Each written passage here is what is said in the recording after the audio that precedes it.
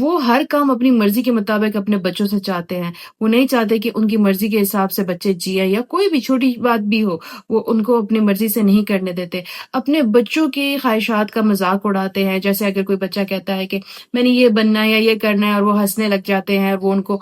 سنانے لگ جاتے ہیں, اس پہ تلخ باتیں ڈال دیتے ہیں بجائے اس کے کہ اس کو پیار سے. ہو سکتا ہے بعض اوقات کیا ہوتا ہے کہ جیسے آج کل کی دنیا میں بچے جو ہیں وہ ٹک ٹاکر بننا چاہتے ہیں, ڈانس اور مجرے کرنا چاہتے ہیں. اگر ایسی بات پہ باپ ہنس دے اور وہ سمجھانے کی کوشش کرے وہ نارسسسٹ میں نہیں آتا. لیکن اگر اسی بات کو باپ جو ہے وہ مارنے کوٹنے پہ سمجھانے لگے اور اس پہ اتنا ظلم کرنے لگے وہ نارسسسٹ میں آتا ہے. کیونکہ باپ اور ماں کا فرض ہے کہ اپنے بچوں کو پیار سے سمجھائیں. حدیث میں حضور پاک کے بارے میں یہ بات ہے کہ حسن سلوک سے بات کیا کرو یا حسن سلوک سے اپنا جو کام ہے وہ سر انجام دیا کرو, یعنی اپنے بیہیویئر کو اچھا رکھو. اس میں سبھی آتے ہیں, ماں باپ کا بچوں کے ساتھ, بچوں کا ماں باپ کے ساتھ, میاں بیوی کا, ہسبینڈ وائف کی بات کر رہی ہوں, بہن بھائیوں کی بات کر رہی ہوں, ہر ایک کے رشتے کی میں بات کر رہی ہوں جس میں چاہے باہر کے دوست ہوں, ٹیچر اور اسٹوڈنٹ کا رشتہ ہو, کولیگز کا رشتہ ہو, کسی کا بھی رشتہ ہو جس میں نا حسن سلوک نہ ہونا. تو وہ جب آپ اس طرح کے کاموں میں آ جاتے ہیں نا کہ آپ اپنے بچوں کے ساتھ زیادتی پہ آ جاتے ہیں, اپنے بچوں پہ اپنی سلطنت کرنے لگتے ہیں اور وہ اللہ کی اجازت نہیں ہے اس میں, وہ آپ غلط راستے میں اب چلے گئے ہیں. اب جب ہمیں باپ کی سمجھ آ گئی ہے کہ اگر اس میں یہ چیزیں ہوتی ہیں تو پھر وہ نارسسسٹ باپ ہوتا ہے. تو اب اس کے اگلی چیز کو ہم سمجھیں گے کہ بھائی آگے ہم لوگ اس کو ڈیل کیسے کر سکتے ہیں, اس سے ہم نجات کیسے پا سکتے ہیں. کیونکہ گھر تو ایک ہی ہے, جگہ تو ایک ہی ہے, رہتے ہم ایک ہی جگہ پہ ہیں. اب باپ سے اس ایج میں, چھوٹی ایج میں ہم باپ سے دور تو نہیں بھاگ سکتے, یا اس کی جو وہ پرووائڈ کر رہا ہے چھوٹی ایج میں ہم اپنے لیے وہ پیدا تو نہیں کر سکتے نا. ہمارا کھانا پینا, ہماری چھت, ہمارا رہن سہن, ہمارے خوراک, سب کچھ ہمارا باپ کر رہا ہے, لیکن وہ نارسسسٹ بھی ہے. تو ایسے ٹائم پہ ہم لوگ کیسے ڈیل کر سکتے,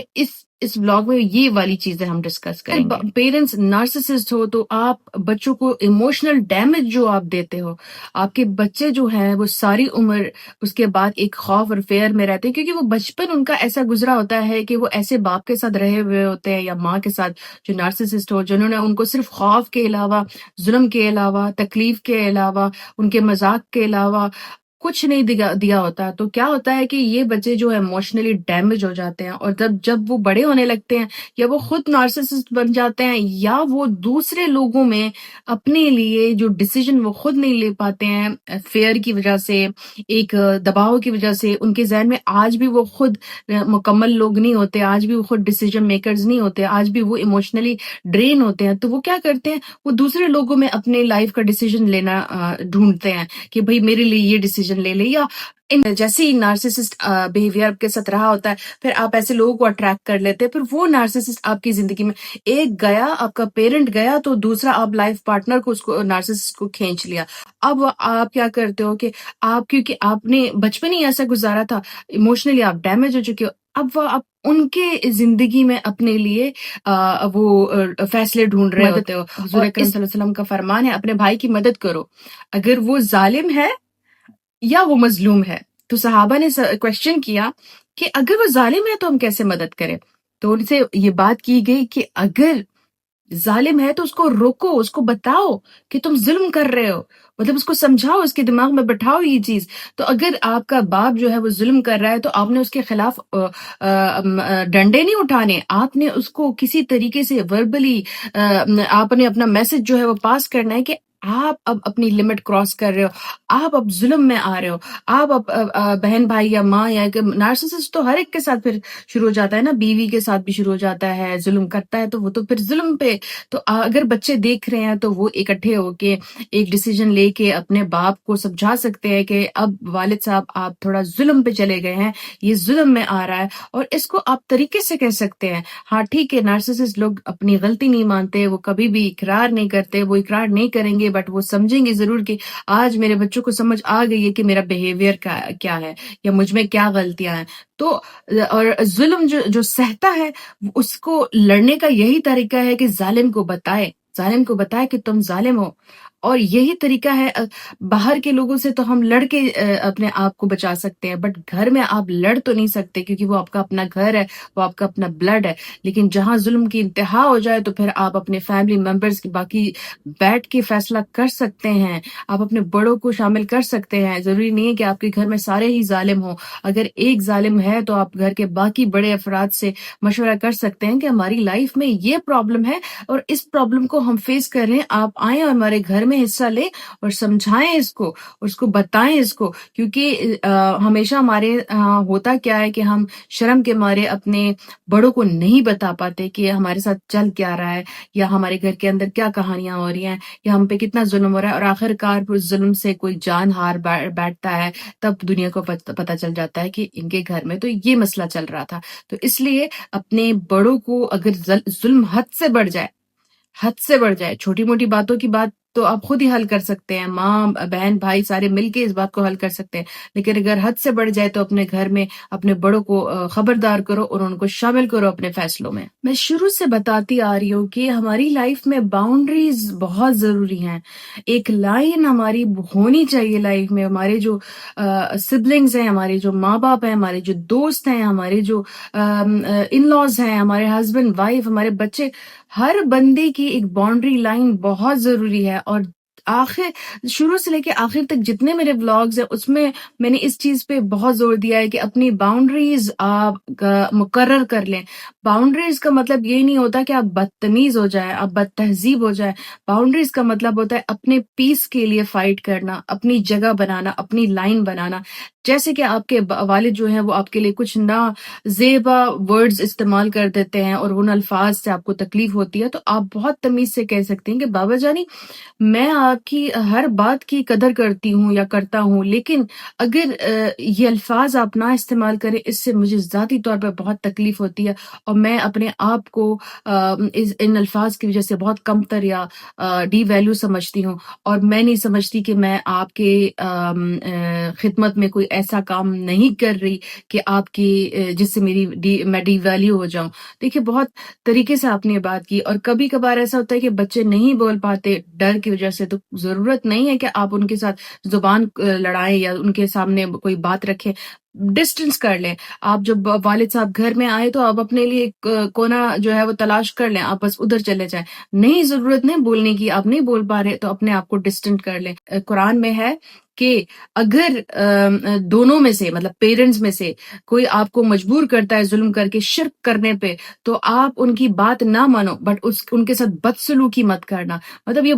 بات واضح طور پہ بتا دی گئی ہے کہ آپ کے ساتھ اگر وہ کوئی ایسی ناجائز شرط رکھتے ہیں جو ماننے والی نہیں ہے تو اس کو نہ مانو،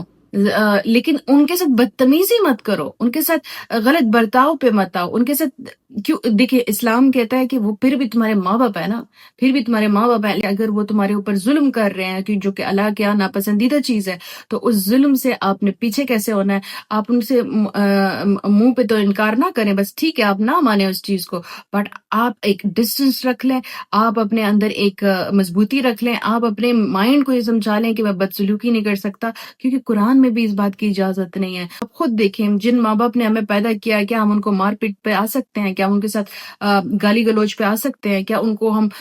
غلط طریقے سے ٹریٹ کر سکتے ہیں؟ نہیں نا، جب نہیں کر سکتے تو ایسی چیز پہ بات ہی کیا، بحث ہی کیا کہ جس پہ ہم لوگ ہماری ضمیر، ہمارا کلچر، ہمارا دین ہمیں الاؤ ہی نہیں کرتا۔ اسپرچولی ہم کیسے گائیڈنس لے سکتے ہیں؟ دیکھیے اللہ تعالیٰ فرماتے ہیں کہ تم اگر کسی نے ظلم کیا ہے تو تم ان کے جیسے مت بن جانا کہ تم بھی اب ظالم ہو جاؤ، کیونکہ تمہارے اوپر ظلم ہوا ہے تو تم اس کا بدلہ ایسے تھوڑی لے سکتے ہو کہ اب تم بھی ظالم ہو گئے ہو۔ جو میں نے آپ کو یہ بھی ترجمہ بتایا، اس سے کیا پتہ چلتا ہے کہ اللہ تعالیٰ کیا چاہتے ہیں کہ آپ ہیلنگ کی طرف آ جاؤ، کہ آپ جب اللہ کے یہاں سجدے کرتے ہو اور اللہ کے یہاں روتے ہو، اللہ کے یہاں اپنی مجبوری پیش کرتے ہو، اللہ کے یہاں اپنی تکلیف بیان کرتے ہو، تو اللہ تعالیٰ آپ کے دل میں سکون ڈال دیتے ہیں۔ اور جو لوگ رات کو تہجد میں اٹھتے ہیں نا، ان کی ہیلنگ ہم سے سب سے زیادہ ہوتی ہے، کیوں؟ کیونکہ وہ اپنا دل اللہ کے حوالے کر چکے ہوتے ہیں، وہ اپنی تکلیف اللہ کو سنا چکے ہوتے ہیں، اور وہ تہجد میں جو ہیلنگ ہوتی ہے نا، وہ انسان کی زندگی کی سب سے بڑی ہیلنگ ہوتی ہے۔ میں نے اپنی پرسنل لائف سے یہ چیز بتا رہی ہوں کہ جب بھی میرے اوپر تکلیف آئی ہے تو میں نے جو تہجد میں جو دعائیں مانگی ہیں، یا جو تہجد میں نے جو اللہ کی ذات کے یہاں اپنا دکھ جو ہے وہ سنایا ہے، تو وہ اللہ تعالیٰ نے بہت جلدی میری لائف سے ہٹا دیا ہے اور مجھے ہیل کیا، مجھے ریکوری دی۔ تو جب ہم اللہ کے ذکر میں کھو جاتے ہیں، جب اللہ کو اپنا تکلیف دے دیتے ہیں، ریونج موڈ میں نہیں جاتے، بدسلوکی میں نہیں جاتے، کیونکہ پھر آپ بھی ان ظالموں میں سے آ گئے نا۔ کبھی بھی کوئی بھی جو آپ کے اوپر ظلم کرے، اس کا مطلب یہ نہیں ہوا کہ آپ کو اجازت مل گئی کہ آپ اور لوگوں کے ساتھ ظلم کرو، یہ چیز آپ کو کبھی نہیں بتائی گئی ہے۔ لیکن اس کو ہیل کرنے کا اس میں بتایا گیا ہے کہ اپنے آپ کو اللہ کے یہاں بیان کرو کہ مجھے یہ تکلیف ہے، مجھے سکون دے دے، میرے دل کو اس چیز سے مفتی دے دے کہ میں یہ چیز میرے ذہن و دماغ سے نکل جائے، کیونکہ میں اس کی وجہ سے سفر کر رہا ہوں یا کر رہی ہوں۔ تو اللہ تعالیٰ آپ کو ہیل کرتے ہیں، کیونکہ اللہ کے الفاظ جو ہیں، اللہ کا کلام جو ہے وہ ہیلنگ کے لیے بنایا ہے، وہ ہماری ہیلنگ کے لیے، وہ اسپرچول ہیلنگ ہی ہے ہماری، یہی ریکوری ہماری۔ جو یہ لوگ میڈیٹیٹ کہتے ہیں، میڈیٹیٹ میں کس چیز کو کہتی ہوں؟ جب میں اللہ کے یہاں سجدے میں اپنے آپ کو اللہ کے یہاں سپورٹ کر دیتی ہوں، میں اس کو ہیلنگ کہتی ہوں، اسے میڈیٹیشن کہتی ہوں۔ کہ جب بھی میں میڈیٹیٹ کرتی ہوں، میں یہی سوچتی ہوں کہ میرے اوپر 4 کل آ رہے ہیں، میرے دماغ اور میرے ذہن سے، میری باڈی سے ہوتے ہوئے جا رہے ہیں، تو وہ مجھے ہیل کر رہا ہوتا ہے۔ میں نے اپنے ذات کے لیے بہت کچھ پڑھنے کے بعد میں نے یہ طریقہ اختیار کیا ہے کہ میں کیسے پرسنلی اللہ کے کلام سے ہیل ہو سکتی ہوں۔ آپ بھی ہو سکتے ہیں۔ ظلم چاہے چھوٹا ہو بڑا ہو، ظلم ہوتا ہے، ظلم کو بھلانے کے لیے ٹائم لگتا ہے، بٹ اگر آپ اللہ کا سہارا لے لے تو وہ ظلم بہت جلدی جو ہے وہ ریکوری میں بدل جاتا ہے۔ forgive and freedom والا فارمولا اب ہم لوگ ڈسکس کریں گے۔ دیکھیے forgive and freedom والا فارمولا یہ ہے کہ آپ کی لائف میں اگر باپ ظالم ہے یا ماں ظالم یا آپ کے ہسبینڈ ظالم ہے یا آپ کے بچے نارسسسٹ ہیں، نارسسسٹ کوئی بھی ہو سکتا ہے، آپ نے جو forgive کرنے کا مطلب ہوتا ہے وہ یہ نہیں ہوتا کہ آپ ڈر گئے ہیں یا آپ کمزور ہیں یا آپ ویک ہیں۔ forgive کرنے کا مطلب ہوتا ہے خود کو آزاد کرنا، خود کو آزادی دینا۔ خود کو آزادی زیادہ اہمیت رکھتی ہے۔ تو اگر ہم یہ چیز ذہن میں بٹھا لیں کہ بھائی ہم forgive اس لیے کر رہے ہیں کہ ہم خود کو آزاد کر رہے ہیں، تو آپ کے لیے آسان ہو جاتا ہے۔ دیکھیے قرآن بھی کہتا ہے کہ دوسروں کو معاف کرنے والا جو ہوتا ہے اللہ تعالیٰ اس کو عزت بڑھا دیتا ہے، کم نہیں کرتا۔ تو آپ اپنے باپ کو اگر معاف کرتے ہیں تو اس کے دوبارہ اس کی جو مائنڈ سیٹ ہے نا، نارسسسٹک مائنڈ سیٹ ہے، اس میں دوبارہ اس کھیل میں مت آئیے گا، دوبارہ اپنے آپ کو پھنسائیے گا مت۔ اپنی باؤنڈریز، اپنی عزت، اپنے فیصلے خود کیجیے، اپنے اوپر کنٹرول کرنا سیکھ جائے۔ قرآن کے تھرو، اپنے ذکر کے تھرو، اپنے دعاؤں کے تھرو خود کے اوپر کنٹرول کرنا سیکھ جائیں۔ ایک باؤنڈری لائن جب بن جاتی ہے نا، اور آپ کے زبان میں جو تہذیب کے ساتھ اپنے باپ سے بات کرنا آ جاتی ہے کہ مجھے یہ چیز پسند نہیں آ رہی ہے، میری ذات کو تکلیف دے رہی ہے، تو باپ کو اشارہ مل جاتا ہے بچہ بڑا ہو گیا ہے، اب میرے حکم کے اندر سے نکل چکا ہے، اب یہ پلٹ کے مجھے کوئی جواب بھی دے سکتا ہے۔ تو ان کے اندر ایک ڈر پیدا ہو جاتا ہے کہ مجھے اب ان سے بدتمیزی نہیں کرنی چاہیے، مجھے ان سے تھوڑا دور ہو جانا چاہیے، کیونکہ ماں باپ اس وقت تک بہادر ہوتے ہیں جب تک بچہ چھوٹا ہوتا ہے۔ جیسے جیسے بچہ بڑا ہونے لگتا ہے، ماں باپ کو بھی ایک فیئر شروع ہو جاتا ہے کہ اب کہیں میرے اوپر نہ آ جائے۔ آپ نے نہیں جانا، آپ بدتمیز اولاد میں سے نہیں ہیں، آپ نافرمان اولاد میں سے نہیں ہیں، آپ ایک مسلمان کی اولاد ہیں، چاہے ماں باپ جتنے بھی نارسسسٹ ہوں، آپ نے عزت سے پیش آنا ہے۔ کچھ دن پہلے میں نے میری ایک کلائنٹ ہے جو کہ ہارڈلی 25-26 کی ہوگی، تو وہ مجھے کہہ رہی تھی کہ بچپن میں مجھے اپنے ماں باپ سے وہ اٹینشن نہیں ملی یا کیئر نہیں ملی، تو وہ میں باہر کی دنیا میں ڈھونڈ رہی ہوں۔ تو میں آپ لوگوں سے یہ بات بار بار کر رہی ہوں کہ جب انسان کو خود سے محبت ہو جائے، اللہ سے محبت ہو جائے، تو اس کو باہر کسی سے ویلیڈیشن یا کنفرمیشن کی ضرورت نہیں ہوتی ہے۔ دیکھیں اللہ نے ہمیں اکیلا ہی پیدا کیا ہے، اللہ کی ذات ہی ہمارے لیے پوری ہے کہ قرآن کہتا ہے کہ جو مجھ پہ ایمان لائے میں ان کا ولی ہوں، جو میرے اوپر ایمان لائے ہیں، جو ہم مسلمان ہیں، ہم اللہ پہ ایمان رکھتے ہیں نا، تو اللہ ہمارے ولی ہیں۔ اللہ سے بہتر ولی کوئی نہیں ہو سکتا۔ بے شک اس دنیا میں فیملیز اسی لیے بنائی گئی ہیں کہ جہاں ہم لوگ ایک دوسرے کے ساتھ اپنا غم